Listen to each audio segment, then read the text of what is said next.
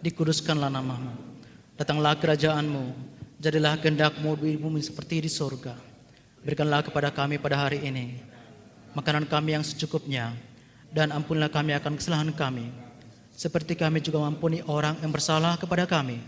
Dan janganlah bawa kami ke dalam pencobaan, tetapi lepaskanlah kami daripada yang jahat. Karena Engkaulah yang mempunyai kerajaan dan kuasa dan kemuliaan sampai selama-lamanya. Amin. Saya mengundang jemaat untuk bangkit berdiri.